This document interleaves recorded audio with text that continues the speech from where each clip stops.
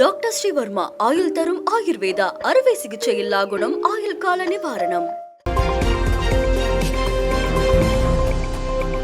டெல்லி சட்டப்பேரவை தேர்தலின் போது பதிவான வாக்குகளை எண்ணும் பணி தொடங்கி நடைபெற்று வருகிறது. 70 தொகுதிகளை கொண்ட டெல்லி சட்டப்பேரவைக்கு கடந்த 5ஆம் தேதி ஒரே கட்டமாக தேர்தல் நடைபெற்றது. இந்த தேர்தலில் ஆளும் ஆம் ஆத்மி, பாஜக, காங்கிரஸ் ஆகிய கட்சிகள் ஆட்சியை கைப்பற்ற களமிறங்கியுள்ளன. மொத்தம் 699 வேட்பாளர்கள் களத்தில் உள்ளனர். இந்நிலையில் வாக்குகளை எண்ணும் பணி தொடங்கி நடைபெற்று வருகிறது. முதலில் தபால் வாக்குகள் எண்ணப்பட்டு வருகின்றன.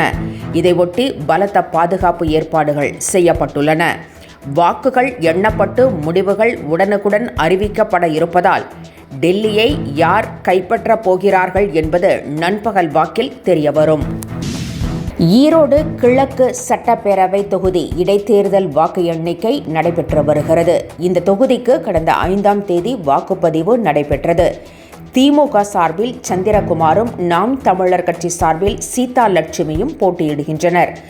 மொத்தம் 46 வேட்பாளர்கள் களத்தில் உள்ளனர். சித்தோடு கல்லூரியில் வாக்குப்பதிவு நடைபெறுகிறது. முதலில் தபால் வாக்குகள் எண்ணப்பட்டு வருகிறது. தமிழக சட்டப்பேரவை தேர்தல் அடுத்த ஆண்டு நடைபெறவுள்ள நிலையில் அதற்கு முன்னோட்டமாக இந்த தேர்தல் பார்க்கப்படுகிறது. ஈரோடு கிழக்கு சட்டப்பேரவை தேர்தல் வாக்குப்பதிவு நடைபெற்று வருவதால் தொகுதி முழுவதும் பலத்த பாதுகாப்பு ஏற்பாடுகள் செய்யப்பட்டுள்ளது. பிரதமர் நரேந்திர மோடி வரும் 12ஆம் தேதி அமெரிக்கா செல்கிறார். பிரதமர் தனது 2 நாள் பயணத்தின் போது அதிபர் டிரம்பை சந்தித்து பேச இருப்பதாக வெளியுறவுத்துறை அமைச்சகம் அறிவித்திருக்கிறது. டெல்லியில் செய்தியாளர்களிடம் பேசிய வெளியுறவுத்துறை அமைச்சக செயலாளர் விக்ரம் மிஸ்ரி, பிரதமரின் பயணம் இந்தியா அமெரிக்கா இடையிலான உறவை மேலும் மேம்படுத்த வழிவகுக்கும் என்று தெரிவித்தார். அமெரிக்க பயணத்திற்கு முன்னதாக பிரான்ஸ் செல்லும் பிரதமர் அந்நாட்டு அதிபர் இமானுவேல் மேக்ரானை சந்தித்து பேசுகிறார். பாரிஸில் நடைபெறும் செயற்கை நுண்ணறிவு மாநாட்டிலும் பிரதமர் பங்கேற்கிறார். அமெரிக்காவிலிருந்து மேலும் 487 இந்தியர்களை நாடு கடத்த அமெரிக்க அரசு திட்டமிட்டிருப்பதாக இந்திய வெளியுறவுத்துறை அமைச்சக செயலாளர் விக்ரம் மிஸ்ரி கூறியுள்ளார். டெல்லியில் செய்தியாளர்களிடம் பேசிய அவர், சட்டவிரோதமாக குடியேறியவர்களை வெளியேற்றுவது தேசிய பாதுகாப்பு நடவடிக்கை என அமெரிக்கா விளக்கம் அளித்திருப்பதாக குறிப்பிட்டார். ஒட்டுமொத்தமாக எத்தனை பேர் என்று கூற முடியாது என்றும் அமெரிக்க அரசுடன் தொடர்பில் இருப்பதாகவும் விக்ரம் மிஸ்ரி தெரிவித்தார்.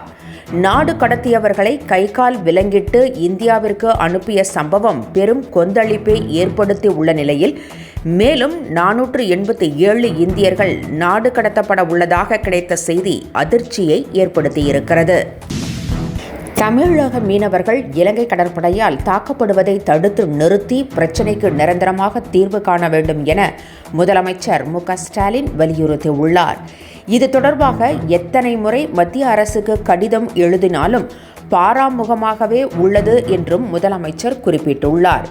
தமிழக மீனவர்கள் 97 பேரும் 216 படகுகளும் இலங்கை வசம் உள்ளதாகவும் மீனவர்களையும் படகுகளையும் மீட்க நடவடிக்கை எடுக்க வேண்டும் என்றும் பிரச்சினைக்கு நிரந்தர தீர்வு காண வேண்டும் என்றும் முதலமைச்சர் வலியுறுத்தியுள்ளார். டெல்லி முன்னாள் முதலமைச்சரும் ஆம் ஆத்மி கட்சியின் தேசிய ஒருங்கிணைப்பாளருமான கெஜ்ரிவாலுக்கு லஞ்ச ஒழிப்புத்துறை நோட்டீஸ் அனுப்பியுள்ளது. டெல்லி சட்டப்பேரவை தேர்தல் வாக்கு எண்ணிக்கை இன்று நடைபெற்று வரும் நிலையில் ஆம் ஆத்மி வேட்பாளர்களை பாஜக பேரம் பேசி வருவதாக ஆம் ஆத்மி வேட்பாளர்கள் 16 பேரை விலைக்கு வாங்க 15 கோடி வரை பேரம் நடைபெறுவதாகவும், கட்சி தாவினால் அமைச்சர் பதவி தருவதாகவும் பாஜக பேரம் பேசி வருவதாக கெஜ்ரிவால் குற்றம் சாட்டியிருந்தார். இது தொடர்பாக கெஜ்ரிவாலுக்கு லஞ்ச ஒழிப்புத்துறை நோட்டீஸ் அனுப்பியுள்ளது. உத்தரப்பிரதேசத்தில் நடைபெற்று வரும் மகா கும்பமேளாவில் இதுவரை 40 கோடிக்கும் அதிகமான பக்தர்கள் புனித நீராடியதாக தகவல் வெளியாகியுள்ளது.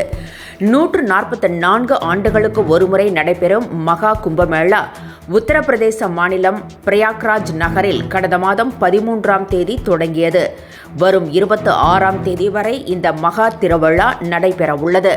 பிரதமர் நரேந்திர மோடி, உள்துறை அமைச்சர் அமித்ஷா உள்ளிட்ட முக்கிய தலைவர்கள் மற்றும் பிரபலங்கள் என பல்வேறு தரப்பினரும் திரிவேணி சங்கமத்தில் நீராடினர். தொடர்ந்து மக்கள் நீராடி வரும் நிலையில் இதுவரை 40 கோடி பக்தர்களுக்கும் மேல் நீராடி உள்ளதாக கூறப்படுகிறது.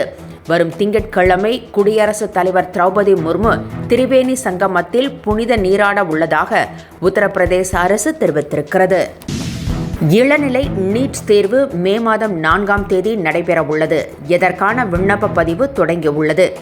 MBBS, BDS இளநிலை மருத்துவ படிப்புக்கான நீட் தேர்வு ஆன்லைன் மூலம் தொடங்கியுள்ளதாகவும் மார்ச் 7ஆம் தேதி வரை விண்ணப்பிக்கலாம் என்றும் தேசிய தேர்வு முகமை அறிவுறுத்தியிருக்கிறது. தமிழக அரசுக்கு நிதி வழங்க மறுக்கும் மத்திய அரசை கண்டித்து திமுக சார்பில் இன்று தமிழகம் முழுவதும் கண்டன பொதுக்கூட்டங்கள் நடைபெறுகின்றன. தமிழகத்திற்கு தேவையான முக்கிய திட்டங்களை செயல்படுத்தவும் பேரிடர் போன்றவற்றுக்கு மத்திய அரசு நிதி வழங்குவதில்லை எனவும் தமிழக அரசு குற்றம் சாட்டியுள்ளது. இந்நிலையில் தமிழகத்திற்கு நிதி வழங்காத மத்திய அரசை கண்டித்து திமுக சார்பில் மாநிலம் முழுவதும் இன்று கண்டன பொதுக்கூட்டங்கள் நடைபெறுகின்றன. ஆவடியில் நடைபெறும் பொதுக்கூட்டத்தில் முதலமைச்சர் மு.க. ஸ்டாலின் கலந்து கொண்டு உரை நிகழ்த்துகிறார்.